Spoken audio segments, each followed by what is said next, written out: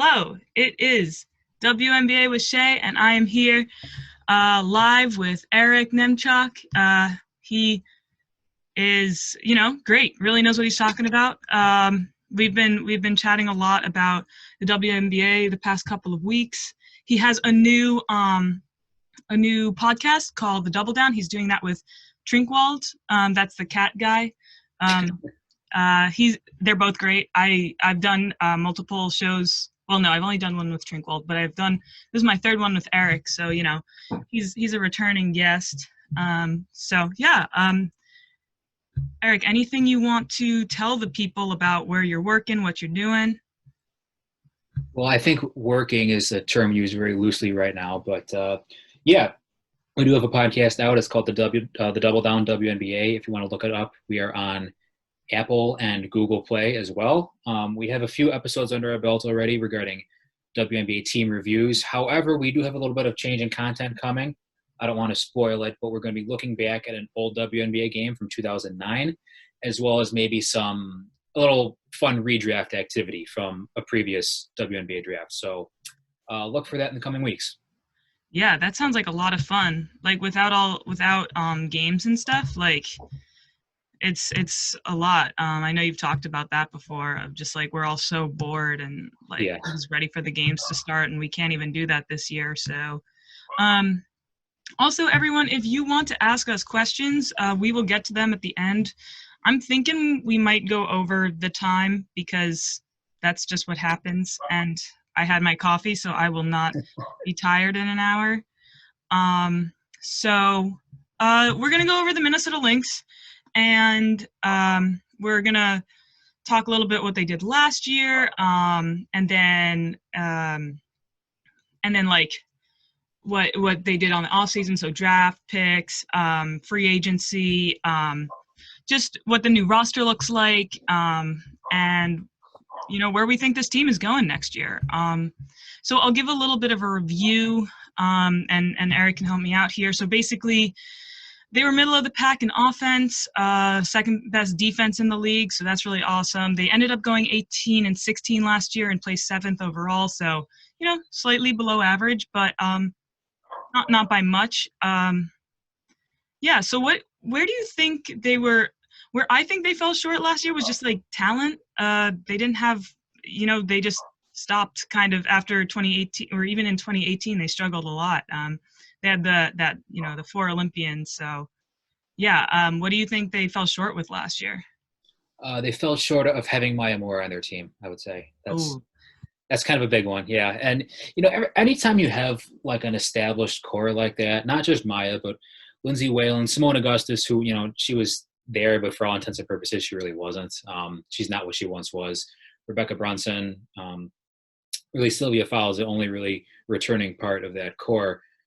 You're going to have some turnover, literally and figuratively, right? So it's hard to replace that kind of experience and that kind of usage.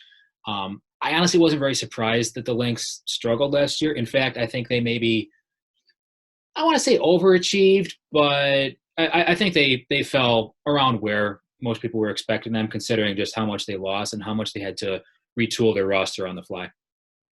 Yeah, that was definitely a big storyline last year. I think, for what they had, they did pretty well. Consider like there's definitely times when teams like, they lose their best player, not 4 players in 1 year basically, and they just have to start from scratch. You see that in Indiana after Catchings left. I can't think of anything else right now, but I'm sure it's happened more than that. It's pretty good that they didn't end up 8-26 and they ended up 18-16. So, so I'm just going to go over their draftees, free agency, and what their roster looks like right now, and then we can get more deeply into it. So, draftees at number 6, they got Makia Herbert-Harrigan. They got Dangerfield in the 2nd round, and then they got Erica Gumake kind of in the 3rd round, but that's the trade with Talbot with New York. In free agency, they ended up getting Rachel Banham. They got Shanice Johnson. They traded away their 14th pick to Indiana for Shanice. Not really sure about that one, but we'll talk about it. They got Kayla Alexander, Lene Harper, and and they lost D-Rob, Temifag Benlay. I don't know where she went. Stephanie Talbot, as I just said, and then Simone Augustus went to, LA, which everyone is also really surprised about. Yeah. So yeah, they have 15 players on the roster, 8 returners, 4 newcomers, and 3 draftees. So, in 5 days, they're going to have to. Anything you want to add to? I mean, other than like, we'll get into them a little bit more. But did I miss any movement from them? No, I don't believe so. Okay, cool. If we did, will someone tell us? So then they got 15 players on the roster right now, and they need to cut down by 3 in 5 days. So who do you? So I'll go over who they have right now on the roster. I got this from the WNBA website. Lexi Brown, I got to count this on my fingers. I might lose count. Lexi Brown, Karima Christmas Kelly, Collier, Dantas, Fowles, Jess Shepard, Zandy, Sims, Rachel Banham, Shanice Johnson, Lene Harper, and Kayla Alexander. Yes, that's 12. Oh, and then there are 3 draft picks. Right. Cool.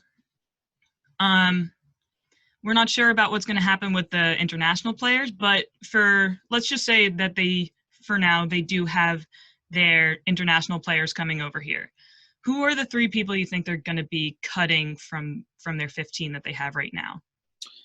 Okay, there's actually one more factor that I think is also going to be important, and that is the status of Odyssey Sims.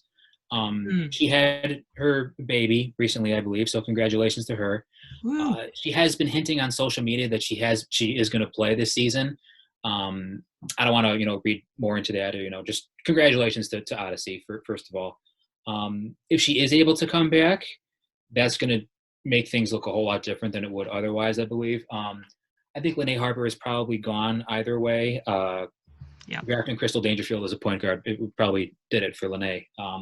Erica Ogwumike, I don't think was ever a very realistic fit for this roster. I think that was more of a might as well get something for our international player that we know is going to show up in Talbot. And then after that, I mean, someone else might have to get the cut in favor of Sims, right? Because you're going to be at 12 players. I think Kayla Alexander will make the team because she's just another big body, a defensive-minded center. So when Sylvia Fowles subs out of the game, you're not going to be losing too much in terms of size, basically. Yeah. And then if Jessica Shepard still isn't ready, she's coming off a knee injury. Shanice Johnson's coming off a knee injury. Karima Christmas Kelly is coming off a knee injury. So a lot of bad knees on that roster. Trust me, I know what it's like. Not so good over here either. Yeah. I tore my ACL too, It sucks. Yeah, it's not fun. But no bueno. But yeah, but I think the for sure goners are Harper and Ogwumike. I'm not sure who else they're going to cut, but they've got some options. Yeah, I agree on the Harper and Ogwumike. I think that I'm not a huge fan of Shanice Johnson, but I could be wrong there. What do you think her upsides and weaknesses are here? Because I don't see it, but she was kind of her prime was before I started to follow the league, and I haven't done a deep dive into Shanice Johnson of what player was she. Yeah, Shanice, this is a real shame because she's a player who her career, was kind of, I don't want to say cut short because she's still playing. Her prime was kind of cut short because of those injuries. Like this was not her first knee injury. She was really struggling with injuries towards the end of her time in Indiana. And I think it was a good move to acquire her because all they had to do was, trade up a couple picks in the second round, and they ended up still getting Crystal Dangerfield at number 16. So that kind of worked out for them. I don't see her maybe right now being a significant contributor. She can score from all 3 levels, I would say, but I need to see her healthy first. It hasn't happened in a very long time. So at the very least, she can give you 8 to 12 minutes off the bench of decent efficiency scoring, maybe guarding 3 positions on the wing, 2 positions. I'm not sure if she can still do that with her lateral quickness, given all the injuries. But it wasn't a bad move for them, at least in the short term, I don't think. Yeah, I see that. I mean, I would just give – you kind of don't know what you're going to get from her, and you don't know what you're going to get from rookies. So I don't know, do you want to take a risk on new blood or old stuff? So that's kind of where I'm at. Yeah. I would go for newer players, but that's kind of, I don't think I haven't really thought this through totally, but I'm like such a fan of a fast-paced game, and so younger players are much more in line with what I like watching as a fan. So take that with a grain of salt. Yeah, so who do you think is going to be starting? Who's coming off the bench? And who do you think is is the starting five going to be different from like who's going to be ending the games? Like if it's crunch time, late season, important game. So let's start with the starters here. I'll let you go first. Sure. Well, again, a lot depends on Sims here because I really don't know who their starting point guard is going to be if Sims doesn't return on time. You've got So let's take the example right now with Sims. Okay. She can come back. However, Okay. I do want to mention one thing. Like, I remember last year, Skylar Diggins-Smith said, like, she had her kid. She had her kid earlier, I think. I can't say that for sure. But she had her kid earlier, and she didn't come back. She said she was, and she wasn't able to. So I'm a little bit, I don't know how that's going to work out with Sims, and we'll just see. But for this example, let's say Sims is on the roster, and who are you seeing as the starting five? Okay. So Sims, I think fouls obviously. She's going to be there until she's not. Nafisa Collier, reigning rookie of the year, obviously, and then the other two spots I think are maybe a little bit up for grabs. At the two, you've got. I wouldn't call Rachel Banham a starting caliber player. I know they invested in her in free agency, but I don't think the defense is there. I think if I was a Lynx fan, I'd rather see Lexi Brown get a shot there first. Or if Karima Christmas Kelly is healthy, that might also be an option because you get that defense, that size in the defense and the versatility there. And then at the four, I think it's got to be Damaris Dantas. Obviously they're really high on Herbert Harrigan. They're higher on her than most of us were, I believe, heading into the draft. But with Dantas, you have that legitimate stretch four capability, which playing next to Sylvia Fowles, that's just so critical. You need to be able to space the floor around Syl. So I don't think they're going to look too different from last year. If Sims comes back, maybe a change at the two, but and then towards if you're closing a game, I think you can afford to get a little smaller. I think Collier can give you some really good minutes at the four as well, depending on who's throwing what out there. But the rest of it is probably going to look the same. Okay. And okay, so for me, I was thinking, I think Collier. Do you think Collier and Dantas can be on the court at the same time? Yeah, I don't see why not. Yeah, they can switch the 3 and the 4 kind of whenever. I mean, I think I like Dantas a little bit better. It does, if you do that, it does make your bench a little bit, thin. It does. But then again, yeah. But I was thinking Xanda Lassini could go to the 2. That's true, and that's another big part. I mean, she's so good. She's such a good shooter. Like if she can come over, we're seeing something where most of the international players aren't really, reporting to the WNBA for this season, totally understandably. But if she can come over, that would make me a very happy camper if I was a Lynx fan, because she can play the 2, she can play the 3, and she's going to command defense. She's going to have the gravity from 3-point range wherever she is, no matter what. And that's even if she's not shooting, like just the respect she gets from defense is going to contribute significantly. So I agree with you. Yeah, I don't know if I really like what I did here. I think I would want Sims, Zandy, Collier, Karima, and Fowles out there. Yeah. So then you'd have Dantas coming off the bench, but I did listen to some of Cheryl Reeves' recent interviews, on the Talk North radio. Do you listen to that? Yeah, I've listened to bits and pieces of it. She's really good with giving out information and stuff like that. Okay. Yeah. So basically she was saying that she wants to give Dantas that position at the, I don't even remember if she said the 3 or the 4, but it seemed like she's like, no, Dantas is who we want there. And the starting 5, and Collier is going to take like a step back. And I might, take the bench role. I might have misinterpreted what she was saying, but so based on that, I would say Dantas over Collier, but I'm not too mad which one you start and which one's coming off the bench. I really liked what I saw from Karima Christmas Kelly. Yeah. I thought she was great. So, let's go on to some of these questions. Yeah, so let's talk about the point guard position. Like, let's say Sims isn't there. Who do you think is going to be taking the one spot? And what does that mean for the two spot? And the spacing at this on the team. Yeah, if Sims isn't able to go, like, disclaimer, I don't want to say Sims is overrated, but I don't think it'll be that big of a, what do I want to say here? It's going to create some problems, but I don't think it'll be as bad as people think. It's only because I'm not convinced if either Lexi Brown or Rachel Banham can play the point guard position with big minutes. They're not really – I consider both of them to be more off guards, especially Banham. I'm not sure if they're really just playmakers. I'm not sure if they can run an offense for extended periods of time. Lexi maybe, Rachel Banham, I don't think so.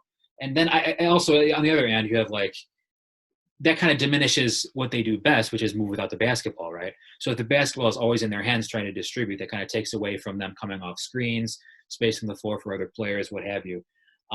They could also go with Dangerfield, depending on how impressed Reeve is with her off the bat. The other thing about that is she is tiny. She is very small. If Reeve isn't scared away from that, I think Dangerfield is plenty WNBA ready, to be honest with you. But that's going to cause some problems on defense because you're going to constantly be having to, at the point of attack, have a smaller player guarding the opposing point guard. So, again, I don't think there's really a perfect way to do this. It might just end up being a point guard by committee sort of approach. Yeah. Like based on matchups or frequent changes, substitutions rather.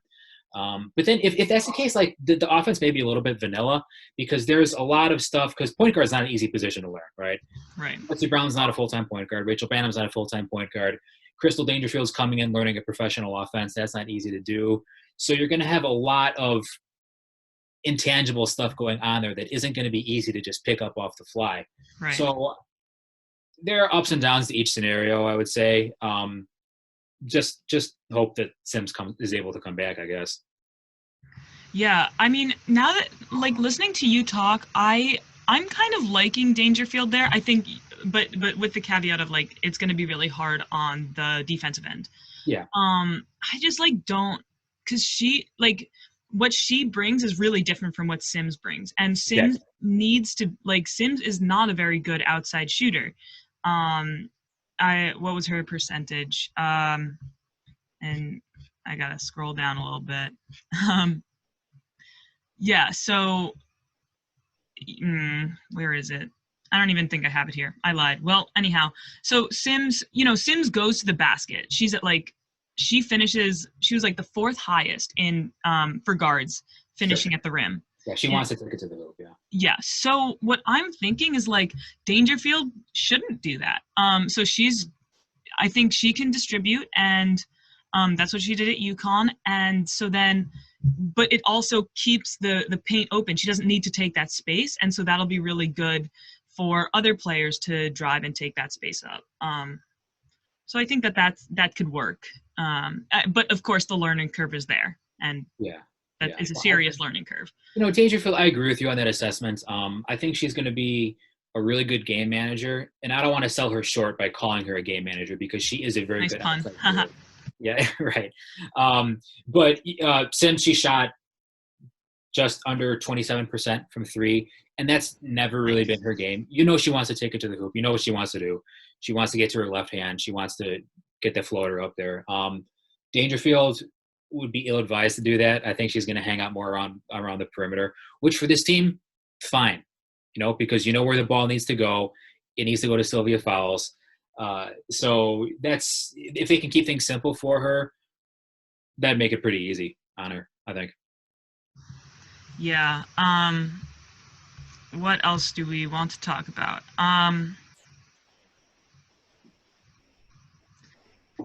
The health of vets on the wing. Yeah, I mean that's definitely a big issue that they're having with the wing position with Dantas and who else was injured?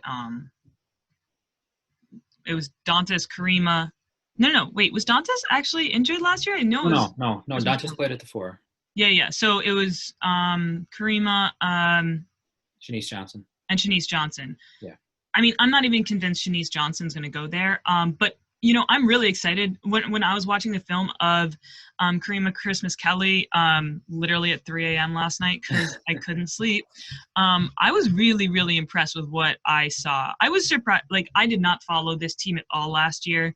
So I was watching all these players today and I was like, wow, they're great. So Karima Christmas Kelly, she's 30 years old, but she's 6 feet tall.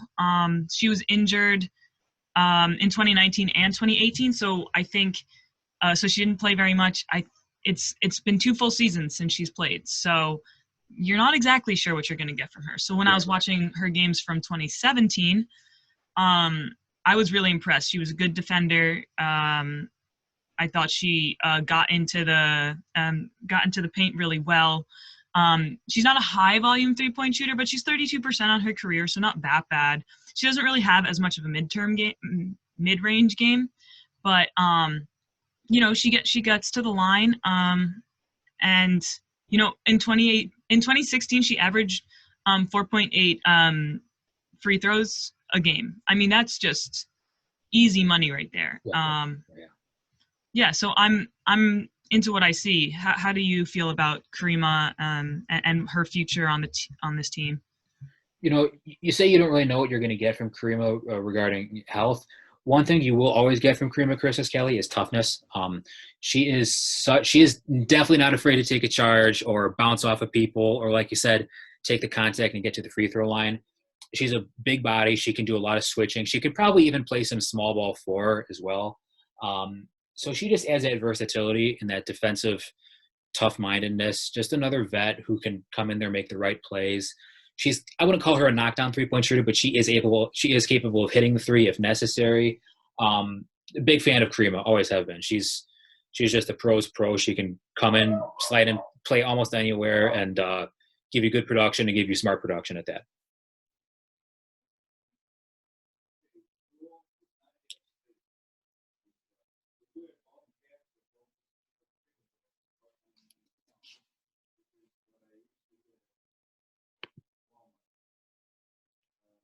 I can't hear you. Haha. I'm here. I know that you want to talk about fouls and what she's going to bring in the coming years because she is getting up there in age. And you have some stats here. In 2017, 14% of her plays were post-ups. And then in 2018, 12%, and in 2019, 10% were post-ups. And so, she's clearly going down from the post-ups and going away from that. I think she did increase her volume farther away from the basket. And so I think that's really good for her because she doesn't have to be banging down there as much. And so that could potentially elongate her career. But additionally, I think it's really good that all the other bigs are doing that, and the game is going more towards outside shooting. So on the defensive end, she's not having to bang quite as much as she's had to in the first 10 years of her career. So I think she'll be relieved of that duty to some extent. I mean, she is the best rim protector and should be there as much as possible. But this is good for elongating her career a little bit, I think.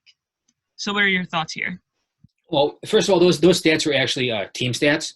But it kind of plays in my point. So, back in 2017 when she won MVP, she was just beasting. 14% of their plays were post-ups. The percentage of the team's plays post-ups have gone down relatively each season, also in comparison to the rest of the league. So, and then last year they weren't really successful in their post-ups, at least as far as turnovers go. They turned it over 18.4% of the time on their post-ups, which was most in the WNBA. So it wasn't really as effective of a play for them as it was in the past. for whatever reason. Well, I think I have an idea of why that would be. I mean, Okay. they had four people leave the team basically. Simone sort of played, Yeah. and they were used to playing with her and getting her the ball, getting it in there, and they just didn't have that chemistry as they used to. Mhm. I know people were like, "Oh, Odyssey Sims played with Griner at Baylor," and it's just like that was 8 years ago, and 8 to 10 years ago or whatever, and so that sure, but also they're different players and it's a totally different game, and so whatever. I forget my point with that. But yes, those are some thoughts. Oh, continue with what you were saying though. No, it's okay. I mean, that's valid. That's totally valid. In fact, it seemed like the Lynx as a team throughout the season were just kind of, you could almost feel the gears of their offense grinding as they tried to figure everything out. They did rank last in the WNBA in turnover percentage, but they also ranked first in the WNBA in turnover percentage against. So they're kind of like a high variance sort of team as far as possessions are concerned. But going back to the post ups and going back to Sylvia Fowles, my original point was going to be that I want to say they're almost preparing for life after Fowles. Like, she's going to be close to 35 years old when the season starts. And in my opinion, you talk about longevity, she is the model of longevity for a low post player in the WNBA. There Mm-hmm. are a lot of miles on those legs, especially for a player who is as physical as she is. And she's, remained in tip top shape throughout her career. But my question is, like, can she just keep up this play? Her volume has steadily gone down since 2017. She's still effective when she does get the ball in the post, but I don't think she's that high volume, low post beast that she once was, where you could just dump it down to her 20 times a game and just let her go to work and get some easy buckets there. So are they going to be able to basically keep Syl? Are they going to be able to take advantage of her as much as they have in the past regarding like mismatches or whatever? Or are they going to kind of switch towards more of an inside out sort of game? If you look at the way the roster is constructed now, I would lean towards them maybe emphasizing the 3-point shot a little bit more. You got players like Banham and Zenda Lucini. Damiris Dantas took the most Dantas. 3-pointers of her Yeah. career, I believe. Yeah, Dantas Collier's getting up there. Yeah, Dantas took 107 3-pointers last year. So that's why Cheryl Yeah. wants her in the starting lineup, is so she can make things easier on Syl. But you want to keep Syl going. It's just a matter of, my question is, how much longer can she keep up this level of play? Yeah. I think man, I mean, I would say she's got 4 years maybe. I mean, then she'd be the age of Sue.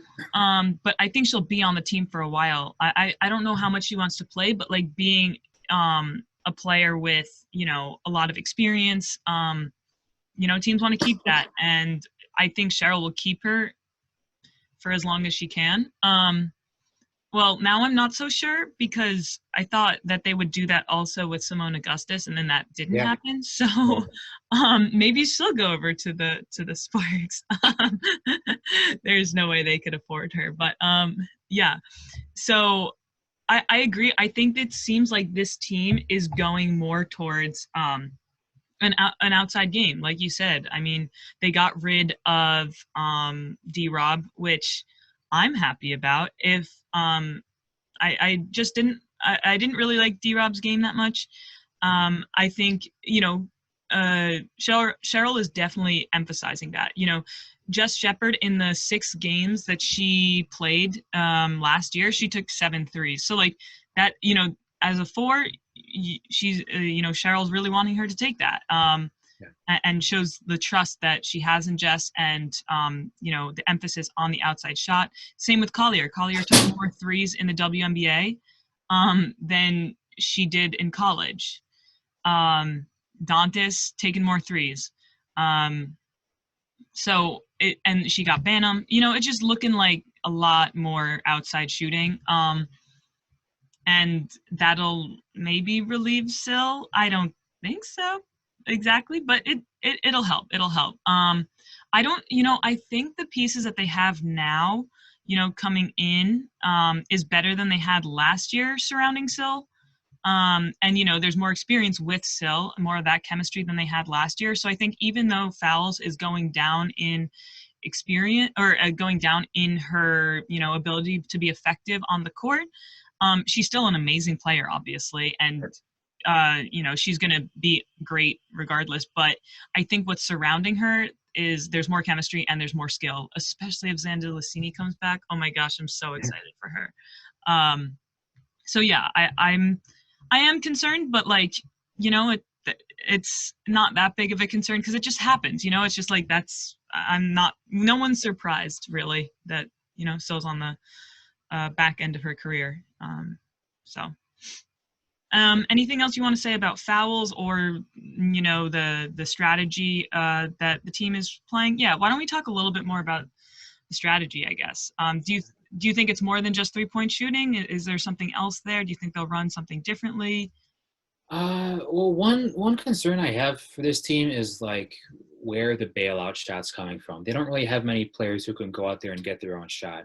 They've got a lot of great system players, but as far as but beyond like the post up or the cut or the handoff action, you don't really have many players who are very good in isolation. Per synergy, the Lynx were actually worse in transition points per percentage. By a significant margin last season. And that's not something you really want to like lean on. Like, I don't want a team out there who's just, taking turns going one-on-one. But at the same time, when the shot clock gets down there, if you're not able to run your offense, you need somebody who can go out there and get their own shot. And that's going to be another thing to watch for if Sims isn't there. I don't think Sims is a particularly effective isolation player, but she is a player who can break down the defense and at least get a shot up when necessary. And also concerning like your pace, if you don't have that many good isolation players, like you're going to need to turn up the pace a little bit because you can't afford to basically get into those late shot clock situations. But then that also plays into like post up. So if you want to play fast, you're probably not going to. It's tougher to run a lot of post ups. So there's a lot of moving parts there. But yeah, that's the one main weakness I see in this roster is not really a lot of dribble penetration. In fact, like not any dribble penetration. I mean, I'm looking at it and it's like spot up shooter, spot up shooter, spot up shooter. Nafisa, she's great. Nafisa's great, but I wouldn't call her a dribble penetrator. On the wing, there's just not a lot of shot creation there, and that's I think the one thing this offense is really missing is somebody who can get their own shot. Yeah, I think that's a really good point. And they didn't draft for that really either. I mean, did you see, I haven't watched a lot of Dangerfield. Could she get her own shot or not? Not really. On occasion, I mean, I don't think that's, I mean, again, but she's going to the WNBA and she's like 5'4". Right, she's tiny. This is a dumb question. No, there are no dumb questions. No, it's okay. That's all right. That wouldn't be the first thing I would want her to do. I want her to distribute. I want her to make plays for others. I want her to shoot threes. If I'm Cheryl Reeve, that's her role. Yeah. So they didn't draft for it. I mean, I was looking at Herbert Harrigan, and I really wasn't that impressed in what I saw.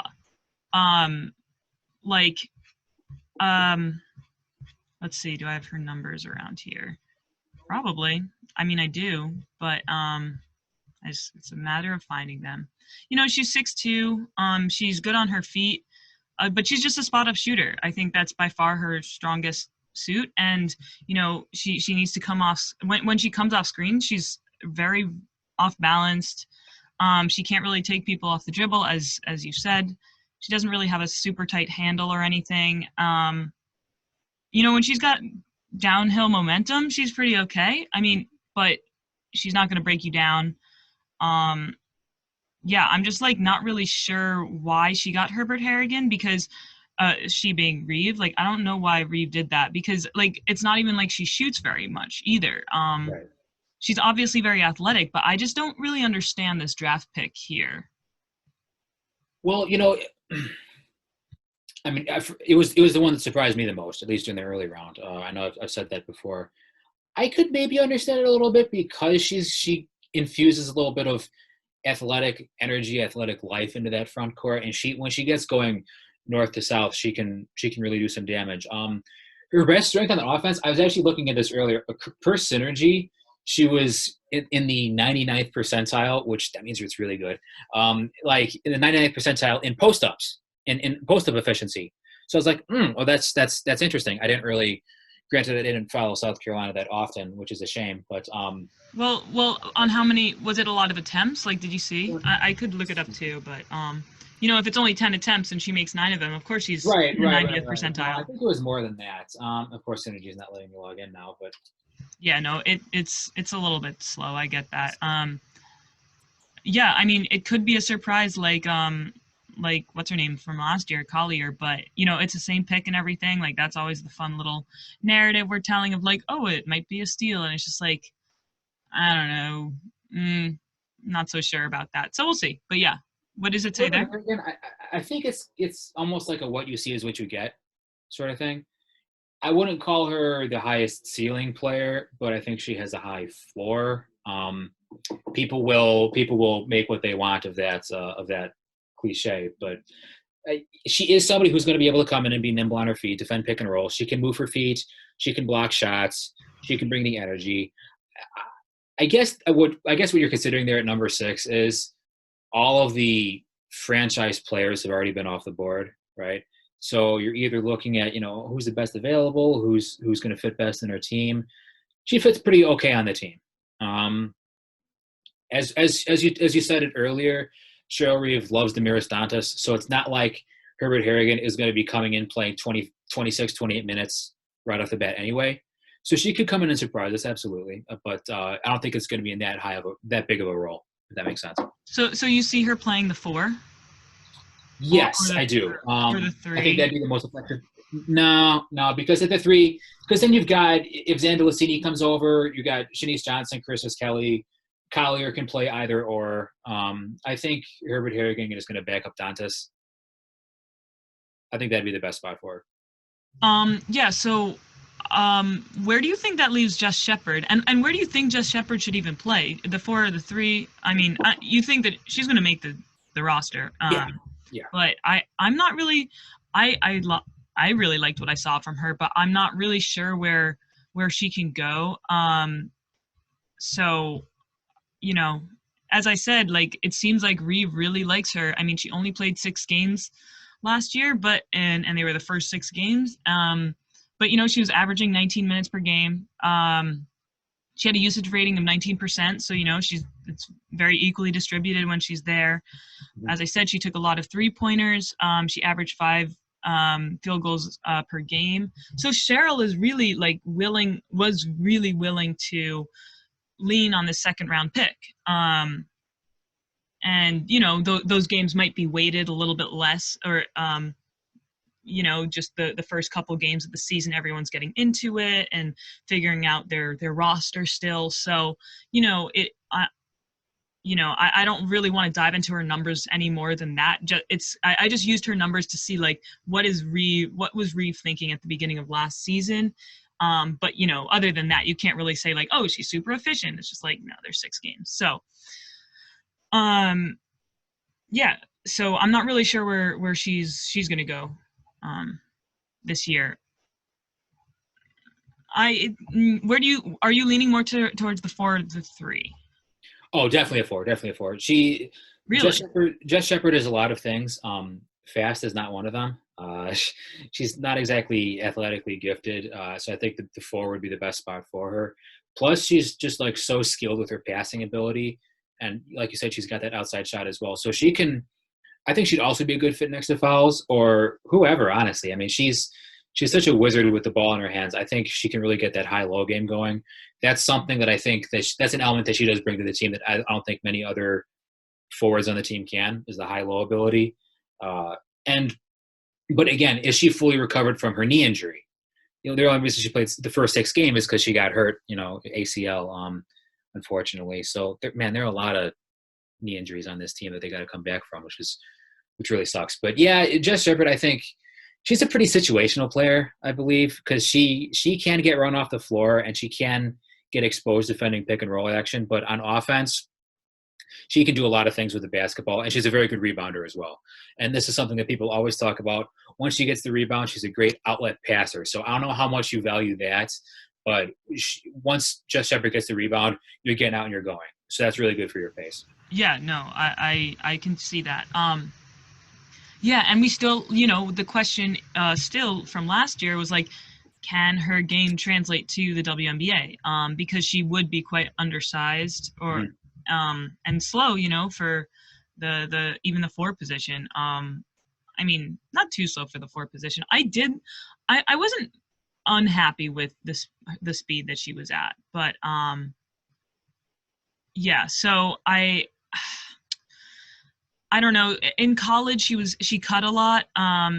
She was posting up a lot too. I think posting up is going to be really hard in the W, but 28% of the time in college, at least as a senior, she was cutting to the ball. So what that tells me is like she'll see the openings, and so it doesn't take, it's not being able to find those openings and exploit them aren't necessarily as tied to your like your body type and your athleticism, Right. things like that. So that it, and so it takes more of, the mind and being smart on the court. But then again, that'll take her a couple of years to really figure out in this new league, it's just a different game. So, so even if she is a really smart player, it might take a while for her to translate that and figure out the league. So, Mm-hmm. I mean, so I mean, I'm excited for her. I think she'll be a good bench player. And I think she could really like excite the crowd too. Like I find her exciting. I'm rooting for her the whole Yeah. time. Yeah, for sure. So, yeah. What else did I want to say? So we talked about fouls, and I forgot to ask this question when we were talking about it, but when we were talking about her, but like, what do you do when she needs a break? Because I remember, I think Reeves said, I'm pretty sure she said it. She's like, I don't want fouls to play more than 30 minutes a game. Right. So what are you going to do? Like, and Reeve also said this, like, of just, it's always been a problem for them of just like, as soon as Syl goes off the court, you're going to have a huge downgrade just because you're not Sylvia Fowles. So, and I agree with you with the Kayla Alexander thing of just like, they're going to keep her just for her size. She hasn't really made too many rosters, hasn't played too much recently. So you might have to play some weird small ball here. Like weird, and I mean weird because you don't have someone who can really, be an isolation player kind of thing. So, yeah, what do you think when Fowles comes off the court? What are they going to do? They're going to struggle for one. I can right off the bat. I mean, that's not Nice. that's not an indictment of anybody playing behind her. I mean, like you said, it's Sylvia Fowles. Like you can't really replace that type of production unless you're talking about the Olympic team and she's coming off the court. But Right. But you're right. Her minutes have been trending downward, and this is another thing where I talk about she's posting up. They're posting up less. She's lower usage. Kayla Alexander is going to be in there for size and for defense. I don't think she's somebody you're going to be running your offense through. I would not actually be surprised to see Herbert Harrigan get some small ball minutes at the 5, because if you're playing like a smaller lineup, you want to be more aggressive with it, and I think she has that type of playing style where she can be aggressive on defense. She can maybe space the floor a little bit with her outside shot. It's not going to be perfect right away, but she is somebody who can come in and at least give you that energy and that aggressiveness on defense. But yeah, it's going to be a struggle. It's going to be a struggle for sure. I mean, it's not easy to replace Sylvia Fowles' production, and it's not realistic for anybody to come in and expect them to be Sylvia Fowles. So they're going to have to do some different things on offense. Probably they're definitely going to be running more when Syl's off the floor because you have to. Defensively, they're going to be probably pressuring more often and whatnot. That's one thing that's you just can't really replace completely, you know? Yeah, I could see it working on a team that doesn't have Liz and doesn't have Griner, the really bigs. But still, that's still like a quarter of the teams you got to play. Right. You're gonna really struggle when she's off the court to be on defense. And yeah, so you think Harrigan can? I mean, she's not even the tallest player. She's 6'2", maybe. Dantas, I think, is the next tallest player, and then Zandy at 6'3". So like, I don't know who I'd play at the 5. I don't know if I trust Harrigan Do you know how much she was defending post players in college? I didn't look that up, but I felt like she was more on the perimeter. Yeah, because they had a freshman of the year in Aaliyah Boston playing center. So if that wasn't the if Boston was not on that roster, I think Harrigan would have got more minutes at the five, and probably would have been shooting jumpers less and posting up more. But that's when you have a talent like Aaliyah Boston, that's everything else kind of feeds off of that. The reason I say again, I think again it's not going to be perfect. Another reason why is I think Nafisa Collier can be really good at the four. In fact, I'd almost rather prefer her at the four than the three, just because she's so versatile defensively. Like she is so good on defense, especially for a young player.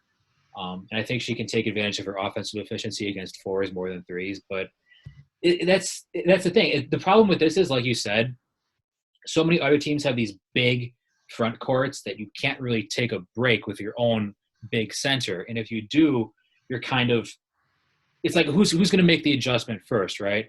Is Minnesota going to try to go small and run Liz Cambage off the court, or is Vegas going to force them to play fouls more than they want, right?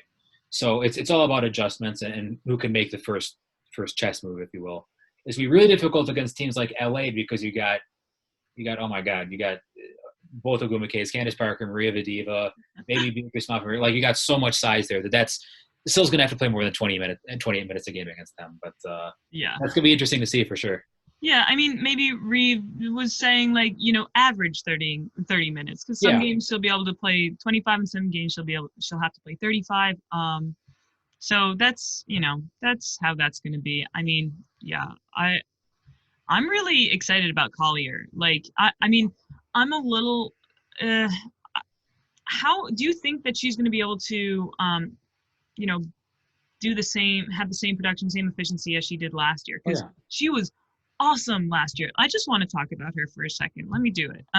So when she was at the rim, she finished she in the restricted area. She took 128 shots and hit 89 of them, which is 69.5%, which is stupid for someone who's not like Sylvia Fowles or Liz Cambage. Like that is amazing to me. She's not a center, and she finished at almost 70%. Like that is, I'm blown away by this. In the restricted area, she hit 42% and took 66 shots. She took 64 shots in the mid range. I'm just going by the shooting chart that the WNBA gives, and that was her weakest spot. And then her 3-pointers were pretty good too. I think she had 36% or 38 maybe. Yeah, she shot 36% from three on 83 attempts. I mean, she didn't even shoot over. She never shot 80 shots in college from three. She like in her last 3 years of college, she shot between 50 and 65 3-pointers with varying success. One year she did 28%. One year she was like around 40. So, Right. I mean, you can't always control how well shots go in. There is some luck there, but holy mackerel, how did she wasn't a 3-point shooter and she hit 36% on 83 attempts. I'm just floored. I had no idea how good she was last year. Yeah. And she was consistent. So okay, that's me loving her. What are you? Well, no, I have one more thing before you can talk about her. The other thing that I'm just perplexed about is that she only had a usage rating of 17%, which is weird. And even Syl had a usage rating of 20%. I mean, maybe when you turn it over, then that's kind of why. But I'm really surprised. This is from Basketball Reference where I find the usage ratings. I don't know if Synergy has it. Anyhow, and Odyssey Sims was at 25.5% usage rating. Maybe that's the turnover she had as the point guard in a new system. But I'm just like, I'm just so surprised that Syl only was equally, when she was on the court, was equally distributed with, how she was, ending the possession, and that Collier was less than equally distributed. Unless I'm understanding that stat incorrectly, which is No, possible. no, I don't think you are, and I think that speaks to kind of the egalitarian nature of the team last year. When you lose a player like Maya Moore, who's obviously the alpha dog of the offense of the team, you're going to want to be able to spread the ball out a little bit more. And I'm looking at the usage rate. Sylvia 20%, Collier close to 18, D-Rob 20-ish, Dantas 17.7. Sims was the only really high one at 25.5, but then Lexi Brown's 19.8. Fegmenley 20%, Yeah. Ava Taylor 20%. So like they were pretty egalitarian, I think. And that, in my opinion, that's what makes Nafisa Collier's season all that more impressive, is because she was able to contribute so much in such a, I don't want to say a limited role, but what she contributed really, really made an impact, right? She wasn't this really high usage player.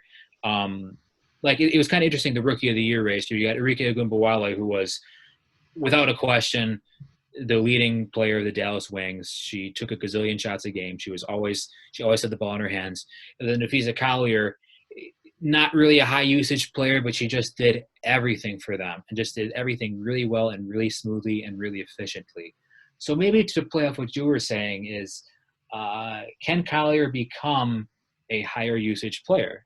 We know she's efficient. We saw that at UConn all 4 years, really. She's so balanced. She can do basically anything you ask her to. Can she become a higher volume player? And if she can, other teams are going to have a problem because she's so good at everything, basically. If you can keep that efficiency and increase your volume, as we always talk about, that's the mark of a tremendous player. And I think Collier has it in her. Yeah, I'm really, really excited for her. I had no idea how good she was. I was on the Nafisa Collier train the entire time because I was like, she did it for longer than Arike. But I could have been convinced the other way. But I'm looking at her stats now, and I'm like, wow. So yeah. Anything else you want? Oh, well, why don't we talk? Have you looked at the salary cap at all? I have not, but I've got it right here. Okay, this is per usual, Richard Cohen from her Hoop Stats WNBA Naturally. Alien. Thank you so Naturally. much as always, Richard. Great work here. Oh, it's amazing. Good stuff. Is there anyone here that like surprises you with how much they're making? Because I'm not, other than like Sylvia Fowles should be making way more money. Well, the thing about that is she signed her extension before the new CBA. So yeah, I'm not sure how or why, if that was just, if she needs to fire her agent or if that was something in the long term Right. plans. Oh, we should say she's making $165,627.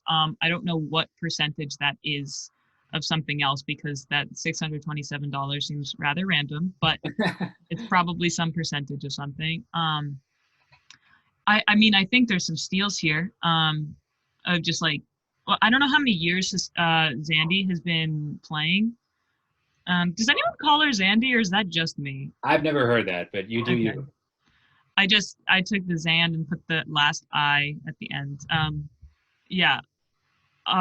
So I mean, $68,000. Oof. I really like that too. So yeah. Are you surprised with anyone? I still haven't let you answer this question. I mean, the only one would be Syl if I didn't have the context of her signing before the contracts were worth more money. Like if you scroll down, like Phoenix is the next team, BG's making 215,000, right? So if they're both on the same tier of center, then Syl's taking a pretty significant pay cut there. She's kind of undervalued. I think everything here looks right. The one thing I did want to point out here, this is another article of Her Hoop Stats recently published on. They said that Nafisa Collier was like the best value in the WNBA. And I don't want to get into assigning number values to players because it's kind of like, how much are you worth as a person? That's Is why that not what a salary is, though?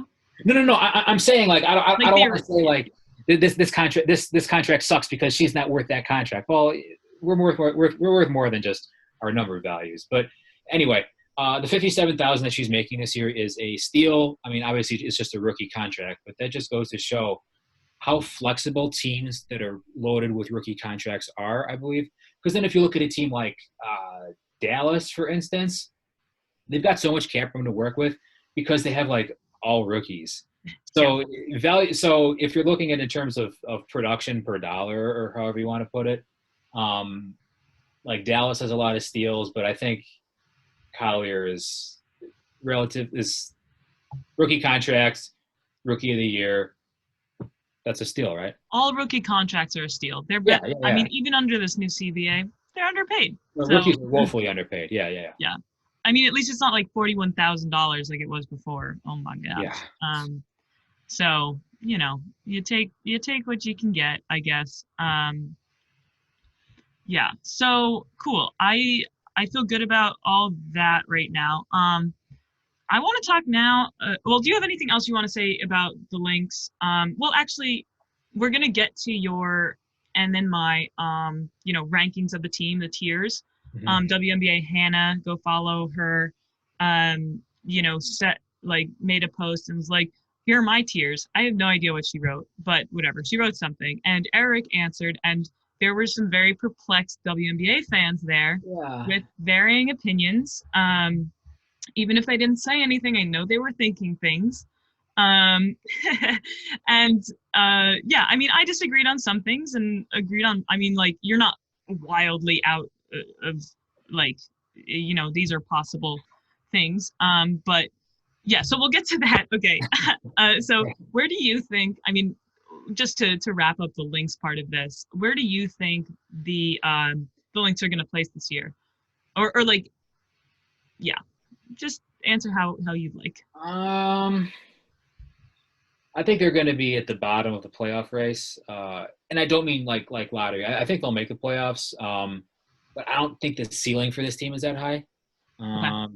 because it's again so much depends on is Sims coming back? What's the health of these recovering knee injuries like? Can fouls continue to like? It's not like they were in a very lofty position last year, right? So you're kind of relying upon a big usage rate increase from Collier, fouls continuing to do what she does best, and then this patchwork wing rotation that they have some strengths, but they've also got a lot of weaknesses as well. So, yeah, I'd say maybe a seventh or eighth seed right now. I think is fair.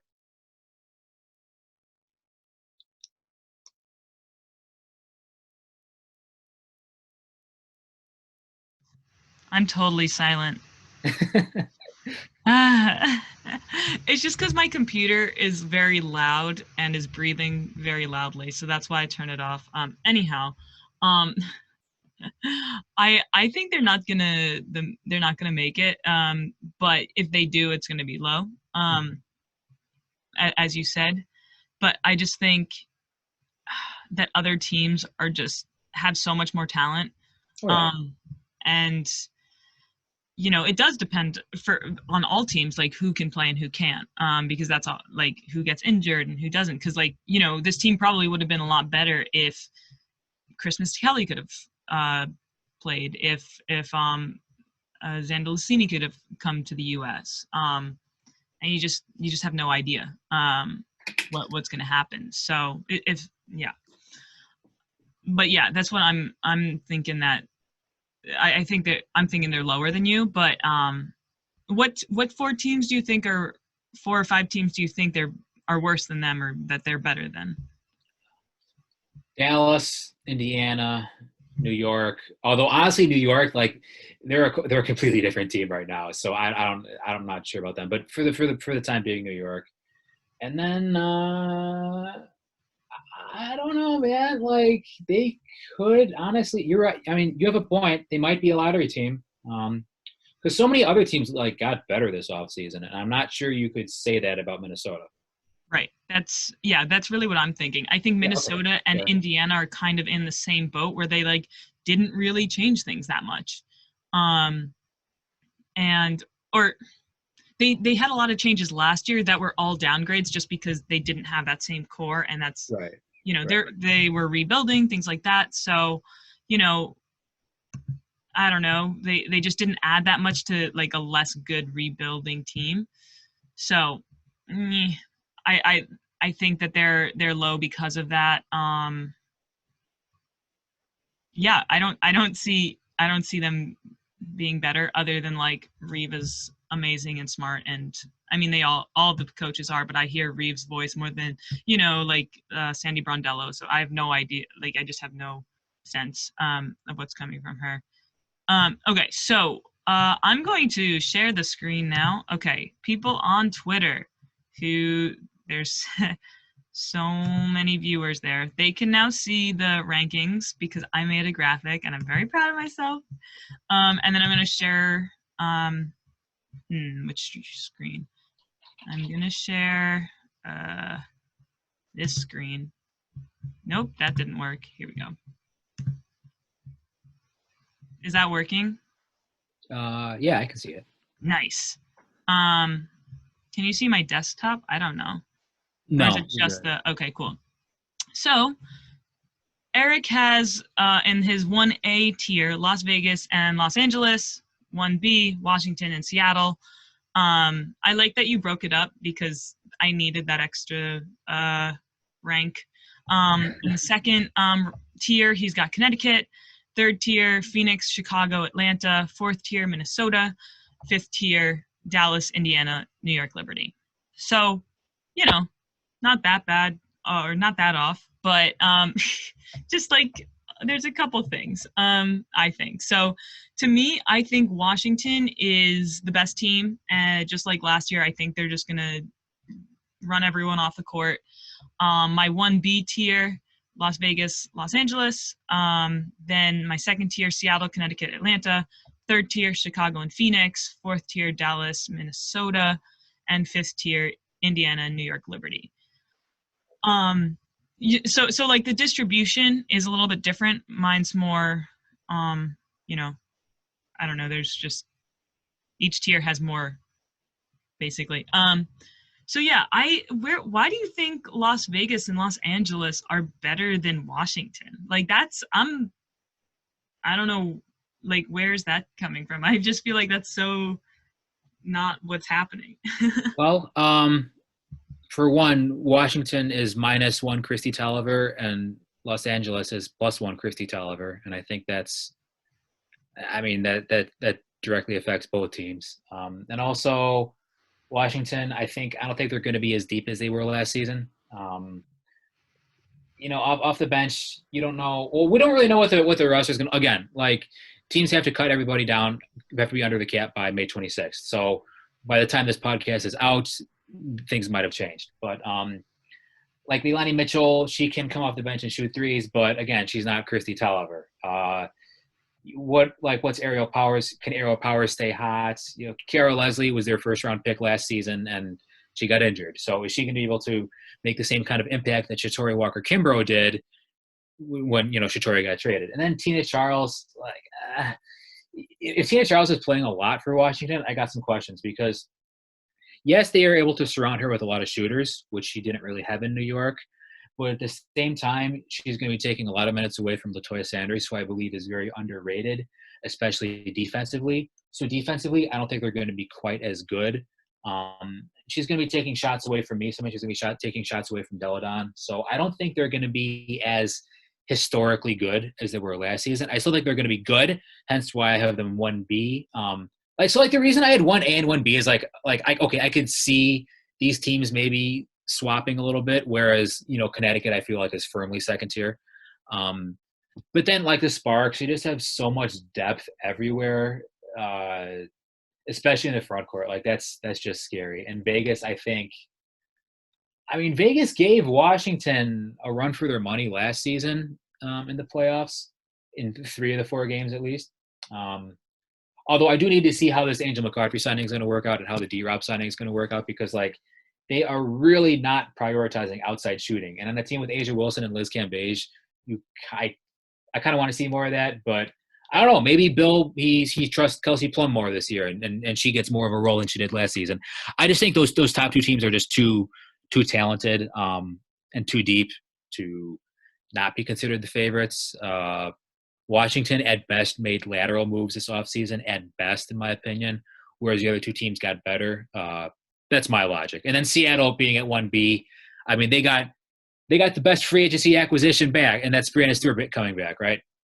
as well as Yeah. Sue Bird coming back. So, and then they got Morgan Tuck. They're going to bring over Ezzy Magwiger as a backup center, and then they're bringing back the whole gang. So they're going to be a lot better than they were last season. So I Of think course. the teams to beat are probably those four. Like, I wouldn't be surprised to see Washington maybe make the finals again, but in my opinion, I don't think they're far away the best team anymore. Okay. I think they were so far away the best team that even when they, you know, that even when they like kind of took a step back, at least with the guard spot there with Tolliver and Leilani, and with Tina Charles coming, I don't, if Emma Mieseman can't come over, Tina Charles is a great move. Oh yeah, So I think that's fine. And yeah, so they were so good that I don't think they lost. They had a lot that they could lose to make like to still stay ahead of the curve. I don't think Las Vegas got that much better, other than another year of uh, Liz and Asia, and just their whole core there. I think that's really great. But I just don't see it being as good as Washington, just because they don't shoot as much and they shoot shots that are less points. So that does make your score go down. Um, Las Vegas, I was a little bit concerned about because they're old. They're getting older. They got a lot of players who were out of their prime. you mean Los Angeles? Yes, that is what I meant. Los Angeles. So yeah, and then I think Seattle. I think I couldn't put them in the first tier because I don't know how Sue's not going to be the same, and if Brianna Stewart isn't the same, then like they really they'll struggle a lot. And so I was thinking that Stewie might need another year, and so that's why I put them in the second tier. And so then I put them in the second tier because of that, and the other two in that tier for me, Connecticut and Atlanta, their rosters, their starting fives are going to be so different from last year that I think they're going to be a little bit all over the place. Plus, I don't think that they have a very deep bench comparatively to the other teams in front of them. So that's why I put them on the same tier as Seattle, because the injuries kind of from Seattle and coming back from those injuries of really, really great players might equal out somehow to teams that are totally reconstructed. So yeah, that's what I'm thinking there. Why did you put Atlanta in the third tier below Connecticut? I think Connecticut still made a really good move in acquiring DeWanna Bonner. Me and can I give myself a little plug here? Steven and I talked about this a lot in our upcoming Connecticut Sun preview. Connecticut, we think, is going to be like a top two defense. Last year they were pretty good on defense, but this year I think they're just going to be totally locked down. And they still have the established core of John Cole Jones and Alyssa Thomas. Losing Courtney Williams sucks. Shakina Strickland, not a great loss either, but I mean, they still have the star power, I think, and they're going to have the defense. They're going to be very versatile on defense and maybe do some things offensively that they weren't able to do in the past. Whereas Atlanta, they brought in a lot of moving parts, new players, but it's just the whole chemistry thing. Like, can all those players come together and still and gel immediately? Does that make sense? Yeah, no, I see what you're saying. For sure. I'm sort of I think that your fourth and fifth tier is actually better than mine, but I made sure to put this like this because it like to show everyone what I'm doing, because like I feel like I'm gonna, if I could have changed this, I would have changed it, and I was like, nah, I want to be permanent and show people what I said the first time, not be wishy-washy. So I like that you have Dallas, Indiana, and New York kind of down one tier from Minnesota, and that I think that that's fine. I don't know why I put Dallas in the fourth tier, but I did it, so I have to stay true to my word. Yeah, any more things about this ranking stuff that you want to talk about? Where do you think I'm wrong? I mean, I think you may be a little high in Atlanta just for the time being. I could see them being a second tier team, but I don't think it's going to happen right away. Uh, I think they're more well. Well, the one question I want to pose is like, how much better did Phoenix get? I think they're going to be a hot and forgive me if I'm intruding on the Phoenix episode territory here, but I think they're going to be a trendy pick because they got, of course, Skylar Diggins-Smith, and Diana Taurasi is going to be coming back. Hopefully she'll be healthy. But what can Diana Taurasi provide at this point in her career? How is Skylar Diggins going to be able to play with Brittany Griner? When I see them next to Chicago, I just can't help but remember how Chicago just ran them off the court twice late last season. Like, it wasn't even close, athletically speaking. And I don't think Phoenix really did anything to address that this offseason. Whereas Chicago they're getting better in-house. You're kind of shaking your head there. I don't think Chicago got that much better over the offseason. Well, they're gonna. I mean, but here's the thing: they're still a young team, right? They're gonna be like. Do you really think Diamond DeShields is done growing as a player? I don't think so. No, but they also have their backcourt with Vandersloot and Vanderquigs that is getting up there in age. So that's kind of going down. Fair. And I mean, if Azurá Stevens could do something, which I really hope she does, maybe they can. They did improve a little bit, but I think they will be better than Phoenix. So that's kind of why I put them next to it, but or like on the right. But I could see it going either way. That's why I have them all in the same tier. But then I think each of those three teams are clearly better than Minnesota. I think we've established that. And then the last three teams, they were all lotto teams last year, and until further notice, they just need to prove me wrong, honestly. Yeah. I don't. I'm mad about this Dallas thing that I did, but I did it. So, that's how it's gonna be. So, yeah. Cool. I feel good about that. You want anything else you want to talk, say substantively about the WNBA? I miss it. Yeah. There you go. Yeah, would have started today, right? No, it would have started on Friday. And one thing I just kind of want to riff about a little bit right now, if you don't mind, is that please. This recent directive that teams need to get below the salary cap by May 26th. It's tough. That's very, very tough because usually what I was hoping to happen was they would at least be able to have they're trying to have a remote season where all the games are played at a remote area. No fans, obviously, but that's the price we pay right now. Oh, hello. But I was hoping they'd at least able to have a training camp for those draftees and the undrafted free agents to at least get a chance to compete, because believe it or not, that is a big part of training camp, because it lets the coaches know, okay, here's what we have. Here are some options we can sign if one of our players goes down, God forbid. Here's somebody we can bring back later, or another team might give them a shot or whatever. As of now, they're not even going to be able to get a shot, right?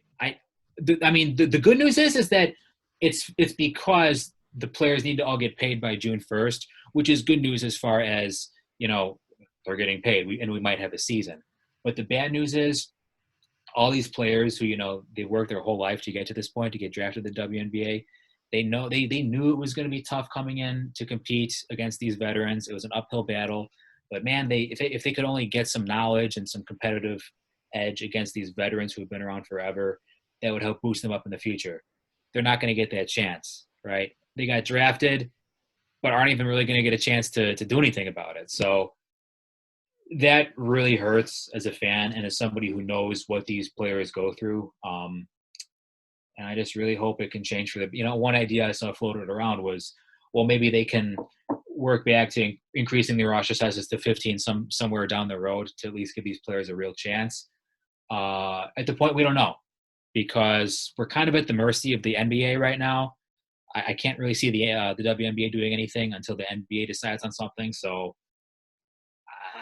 just cross your fingers and hope for the best. It's really tough, but number one priority is just to stay safe right now, in my opinion. Sports matter, but I'm not trying to. I'll leave it off there.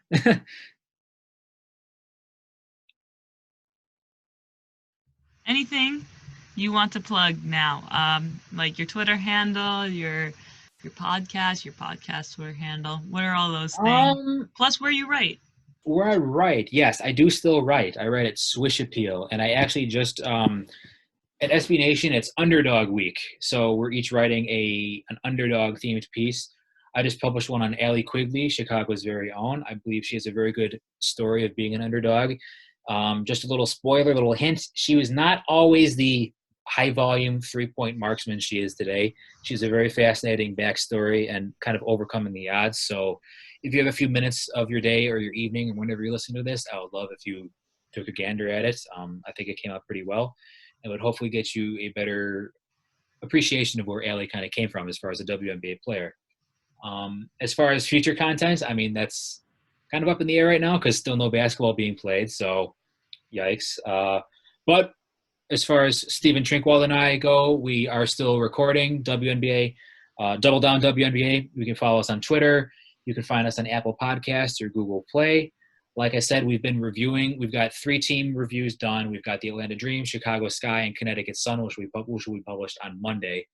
And then we're going to be doing a little bit of a fun redraft exercise and revisiting a game from the 2009 WNBA Finals. So, yeah, that's the content from my end. I've honestly got nothing else to plug as far as my Twitter is concerned because I think pretty much everyone who's watching this is already following me, right? And if you're not, please do. Right? Yeah, that's all I got. Cool. Thanks so much for coming on. Definitely we'll be having you back at some point. So bye everyone. I hope you enjoyed. Thank you.